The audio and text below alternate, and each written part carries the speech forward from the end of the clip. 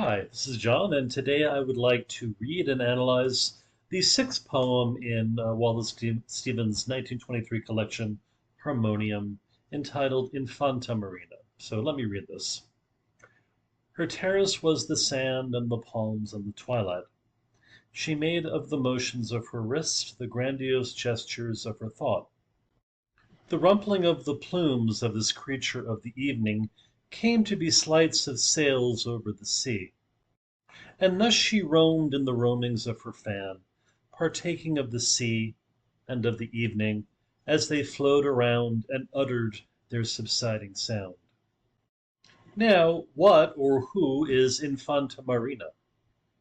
Now, to an English speaker who doesn't know any better, Infanta might just suggest an infant, a baby or a child. Now, knowing is half the battle, so I looked up Infanta, and I found that it is the female child of a Spanish monarch, or of the Princesa of Asturias, who, unlike a princesa, is not heir to the throne. Now, I also learned that the current king of Spain has two daughters. The oldest is the Princesa, and specifically the Princesa of Asturias. She is the heir to the throne, while her younger sister is the Infanta. Now, as it says here, if the Princesa of Asturias has female daughters herself, they will also be infantas, at least until such time as she is on the throne, and then one of those infantas becomes herself the princesa. Marina, of course, is a female name that's derived from the Spanish word mar, for sea. Of course, as we also all know, it is a basin with moorings for yachts. So I think it's safe to assume that this poem concerns an infanta by the name of Marina. The first sentence seems to locate her, or at least give us some idea of where in the world she is. Her terrace was the sand and the palms and the twilight. Now, it's a bit ambiguous because the sand may refer to the sand of a beach or the sand of a desert. Now, the presence of palms indicates that this must be a beach or a desert in a tropical or a subtropical climate. It's warm there for all of the year, or most of the year. Now, we're not only given place, even if ambiguously, we're also given a time. It's the twilight, the time between sunset and evening, or between evening and sunrise, roughly a period of about a half an hour. Twilight, twi referring to the tweenness, being between those two times of day. So the sun in this period is below the horizon, but is illuminating the sky still through a phenomenon of diffraction, in which the light actually bounces off, bends, if you will, thanks to the interaction of light and dust particles suspended in the atmosphere. It's called the Tyndall effect. Now, twilight also has a figurative meaning. You could speak about the twilight of an age, and of course, the most famous figurative twilight of them all, the twilight of the gods, the Götterdämmerung, the fourth in the Ring of the Nibelung cycle by Wagner. Not to disappear down a rabbit hole, but in looking up the Götterdämmerung, I came across this lovely, I don't know if it was a painting. It's apparently by the set designer in 1894, Max Bruckner, depicting the Valhalla that has been set on fire in the climax of the opera. Now, the water down below is not a sea; it's the Rhine River, and in the course of this, there is a hall that is likewise set afire, and it collapses, and the water of the Rhine comes in, and then, in a sense, drowns all of the old. And from this destruction, fire and flooding, a new world is reborn. Now, what I like about this too is that This Valhalla could be akin to the twilight, the glowing on the horizon. The horizon is a watery one, just as we assume, or we perhaps giving it away, will assume that this twilight likewise uh, illuminates the water that reaches out toward it. Now, we've talked about the scene, the sand and the palms and the twilight, but we haven't yet spoken about what the speaker likens this scene to. He likens it to a terrace. Now, etymology is always fun, so let's first remind ourselves that the word terrace comes from the Latin word terra, meaning earth. We often speak about terra incognita, unknown lands over the sea. So, in a sense, when we talk about terra in this sense, it's very difficult to speak of terra without also having an association of a body of water. Now, one of the nice things about the time in which we live is you can go to Google and you can Google terrace and you get a variety of pictures that help you tell your story. Of course, it probably also makes you a little bit worse at language since you don't have to put things into words. Anyway, I will still try to put this into words. A terrace is generally a raised area. If you ever think of terraced farming, it means a hillside has been cut into level areas to increase the area for agriculture. A terrace can also be a raised level of land overlooking a body of water like a sea or a river. For me, the most important feature of the terrace, or I should say maybe one of the most important features of the terrace, is that ultimately it looks overlooks something. That's kind of the nice thing. You can sit up on a roof, enjoy yourself, and look down on what's going on around you in town, in on the street in which you live. Now, without looking at the rest of the poem, or even the word marina, which kind of suggests sea anyway, what would seem to settle the matter is the physical dimensions, the rough dimensions of a terrace.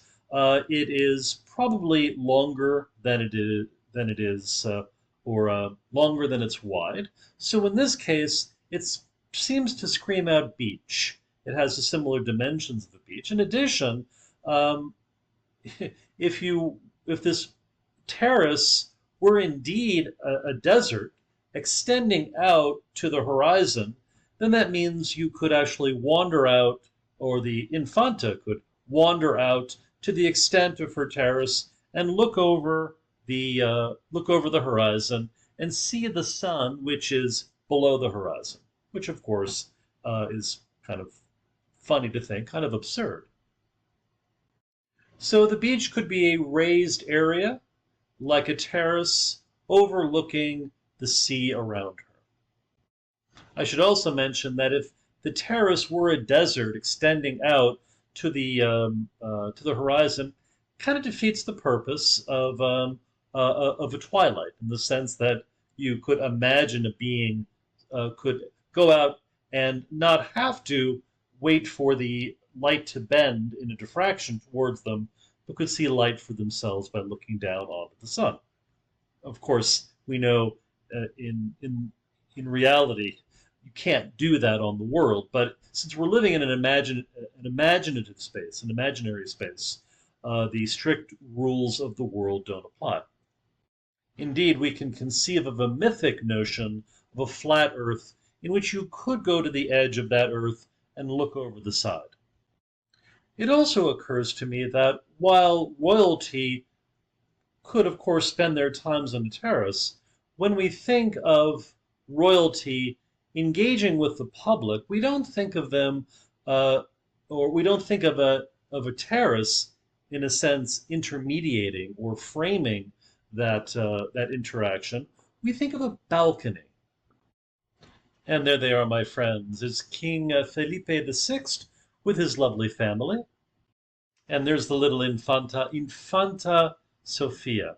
That's her big sister, Princesa Leonor. Now you notice that the balcony is a place for the monarch to present himself and address the people.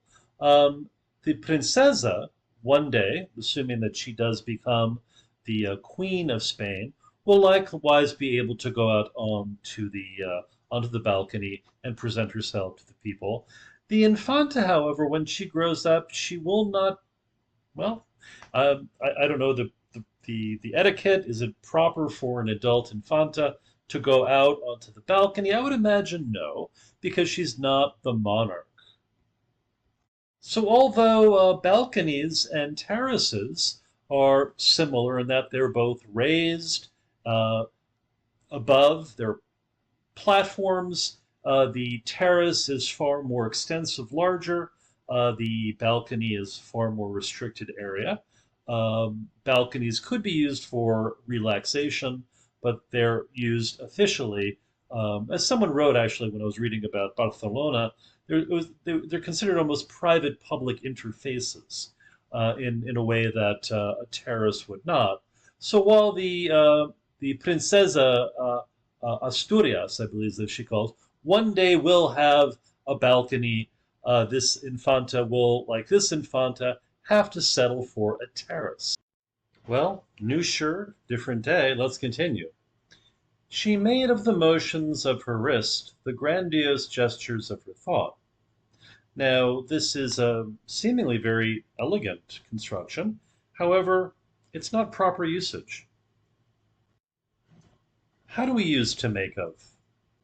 Well, in a question, we could ask, what do you make of that? What is your impression of that? How do you explain that? What's your interpretation? Or, in a negative answer to that very question, I didn't know what to make of it. I couldn't make heads or tails of it.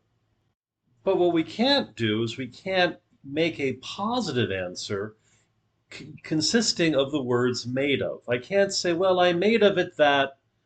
We just don't say that. You could say, well, it seemed to me that. I can, in a circumlocution, I can say that, yes, I was able to make something out of it, and this is what it was. So, what do you got to make out of the sentence? Well, it's interesting. There's another phrasal verb in English, and it's to make a lot of something in the sense of to make a big deal of. Now, the speaker isn't saying this. They're not saying she made a lot of, but she does, they say, he says, the speaker says, she made of the motions of her wrist the grandiose gestures. Now, when you regard something with grandiosity, you are in effect making a lot of it. Now, to make a lot of something generally means to exaggerate, but can also be used in the stress, in the sense of stressing the importance of something. So perhaps this construction is meant to communicate a situation in which there is some struggle to make sense of something, and also a tendency to exaggerate the meaning of something. Now, there are two worlds, so to speak, interpenetrating here. There is the physical world, and there's also the world of the mind. So there's literally what you see with your physical eye out in the world, and also what is seen in the mind's eye. In this sense, we can see a literal twilight, but in the mind's eye, we can imagine a figurative twilight, much like at the end of the Götterdämmerung. Now, what is it that she sees with her physical eye, and what is it that is seen in her mind's eye? Well, she sees the motions of her wrist, and in her mind's eye, grandiose gestures, grandiose gestures of her thought. So, really using the term the mind's eye, you actually can visualize gestures being made, but these are gestures of her thought. Now, the mind is not capable of gesturing. Only appendages, hands, and such are capable of creating gestures, and a gesture is a way of signaling to someone out in the world. So she's trying to make something of the motions of her wrist, but what's a wrist by itself? A wrist by itself doesn't exist. A wrist exists with a hand. Now, there has been no explicit mention of a hand, although in the first sentence, there is a word that is commonly associated with hands: palm. And palm trees are called palm trees because their leaves actually can resemble the fingers of a hand. But what must be true of a hand whose palm you can see? Well, let's bring back the royal family on the balcony. Notice how their fingers are outstretched, and their fingers are outstretched in a gesture of waving. Ah, the wrist moves in order to move the hand, the open hand, which is a particular gesture of openness, of greeting, of closing the distance between, let's say, the public and the private, between a monarch and their subjects. Now, this would be a pretty grand gesture, but clearly, the Infanta has something more in mind. She wants grandiose gestures, and clearly, this particular use of the waving of a hand is not quite enough. She has to make even more of it. In fact, so much so that the hand disappears and becomes something else, at least in her mind. Now, it's hard to think of the word grandiose without making the further association to grandiosity, which is actually a psychological condition of, of an excessive estimation of oneself or one's abilities or the effects that one has on the world around. Well, what became of that open hand and its simple waving gesture? The rumpling of the plumes of this creature of the evening came to be sleights of sails over the sea. Hmm. Well, notice, although we've never spoken about fingers, we are now imagining plumes. So it's as though that a hand of fingers has become plumes, such as on a bird. And notice how she has been likened to this creature of the evening. What could this be? Well, perhaps something like a bird of paradise, a peacock. Both of these birds, the feathers of these birds, were once prized and incorporated both in dresses as well as fans, which fashionable ladies would fan themselves with, which would be another sort of way to imagine a hand not waving, but instead of a hand waving, a fan being used to cool oneself in a very fashionable way, as well as also engaging in a certain level of sexual signaling to other members of high society. Now, a poet can create creatures of anything. You can just match creature with anything. For example, a creature of moonlight, a creature of the beyond, in this case, a creature of the evening. But in everyday speech, generally speaking, if I use the phrase a creature of, I say a creature of habit. Now, while a creature of evening, of moonlight, that's grandiose. A creature of habit is anything but. And of course, it strikes me that the phrase a creature of the evening is perilously close to the euphemism a lady of the evening, a prostitute, a woman who also would make use of feathers to attract a man who was able to pay for her favors.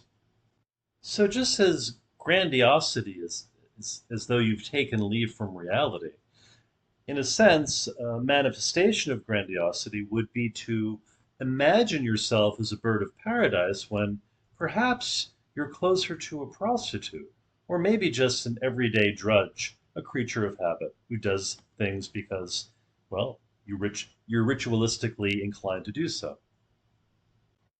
So again, in the sense of the second sentence of making of the motions of a risk, she imagines her hand, if I can say it, imagines her hand into feathers, a fan, perhaps, something that is opulent, that signifies opulence or position, or ultimately desirability.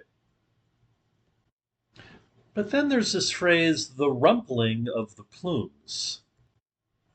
Now, this absolutely clashes with the notion of grandiosity. When something is rumpled, it's crumpled, it's wrinkled, it hasn't been taken care of, so its shape has been distorted in some way. Now, feathers could be rumpled, such as in this picture. This would seem to be a fan whose feathers have not been taken care of particularly well at all. The word rumpling, however, suggests a continuous action, so something that's even happening at this moment. And one could even imagine that you could imagine you're looking at your hand, and you could then rumple your fingers as though you're imagining a rumpled fan. And of course, if we're talking about an older person, the rumpling of fingers could actually be a manifestation of arthritis. I can't get my hand on the camera. There we go. Something very, very tragic, the passing of age, and something that certainly would disabuse us of a sense of our perfection and of our immortality. But remember, the Infanta is fleeing from reality. She's fleeing into grandiosity. And so the fingers, in this sense, became feathers. But those feathers have appeared to have become sails. But just as a sleight suggests a sleight of hand, which is meant to, is the way that a magician deceives his audience to a pleasant effect, this would appear to be a self-deception meant to, let's say, alleviate this sense of perhaps abandonment or poverty. For it turns out that you could imagine that if you were to look at a rumpled fan and all of its feathers could resemble a regatta. If you look at a regatta on the coastline, it's not an orderly arrangement of sails. The sails are being buffeted by the wind and they're being pushed in different direction. So it could very much resemble a rumpled fan. Talk about grandiosity, being able to hold up a fan to someone and says, "Ah, this is my regatta." Another interesting thing about the word slight is it has a homonym slight. If I slight someone, I insult or show them disrespect. In maybe the way that I show disrespect by suggesting the euphemism "a lady of the evening." Now, going back to that word abandonment that I uttered a short time ago, sleights of sails also sounds very close to sights of sails. Now, if this woman is indeed stranded on a beach, um, she would, in her mind, dream of sights of sails. A sight of sails would be the possibility of rescue.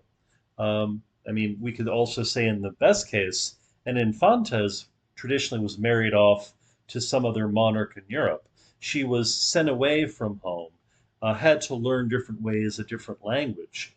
And so she is, in a way, she's been abandoned by her family, perhaps in opulent conditions. Um, but here, this person is imagining opulent conditions in order to alleviate her own sense of perhaps uh, witheredness, slightness. We can also use the word slight, age, and her impending mortality and irrelevance. So to summarize this third stanza, this Infanta. Now, if you recall, I think I said that uh, we English speakers would look at the word Infanta and we'd invariably think of infant or child.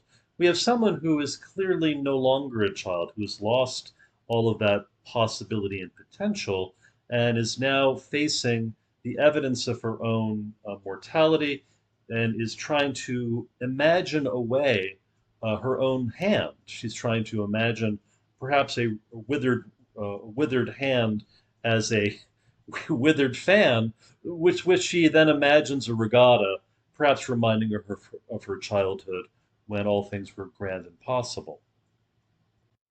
Can someone endure such slights for long? That's the question. Let's read the last sentence. And thus she roamed in the roamings of her fan, partaking of the sea and of the evening as they flowed around and uttered their subsiding sound. To roam is to move about in an unhurried way over a terrain with no natural sense of direction, no clear sense of direction, no desire for direction, perhaps. What's interesting is that she roamed in the roamings of her fan. Remember, her fan, her hand, the regatta is in front of her, and it is, in a sense, she is imaginatively bound up with this fan, with this grandiose gesture of her thought, and in a sense, she's following it.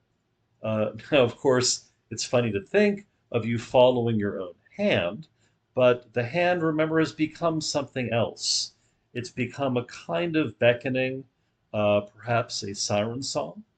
Again, maybe there's some, some impending doom to my words, and I think that there are. Partaking of the sea. Well, to say that you partake of the sea would almost seem to be a euphemism, if you can put it this way, or rather a rather creative way of saying swimming. She's entering into the experience of the sea. Now, of course, that could be from the very shoreline. You could experience the sea, but if you truly partake of something, it's an enjoyable experience. You are fully invested in it. So it seems to me that she has actually left the land and now she's entered the water. And of the evening. So she is fully engaged, uh, or at least imaginatively engaged. That's the thing about it. There is a real sea and a real evening, and yet there's this grandiosity of thought. Can she distinguish between them? I don't think she can. As they flowed around, it's almost as though that it is the sea that's in motion, the evening that's in motion, and she's a still point, the center of attention, as always. Mythologically, the sea is not a place. The sea is a flowing. It's a world river that flows around the earth. And then comes a very poetic lines, or actually, the last two lines suggest a kind of, I almost want to say, a greeting card uh, kind of poetry, a very sentimental, hackneyed form of poetry, as they flowed around and uttered their subsiding sound. The last line is iambic tetrameter. Now, bona fide poets, for example, Emily Dickinson was, I believe, famous. I haven't really read much of hers. She operated in tetrameter. But generally speaking, tetrameter is a big red flag in poetry. It means that you're potentially dealing with a hack. Again, this undermines the whole sense of grandiosity that she might have about herself. But also, this line suggested another very famous line in poetry.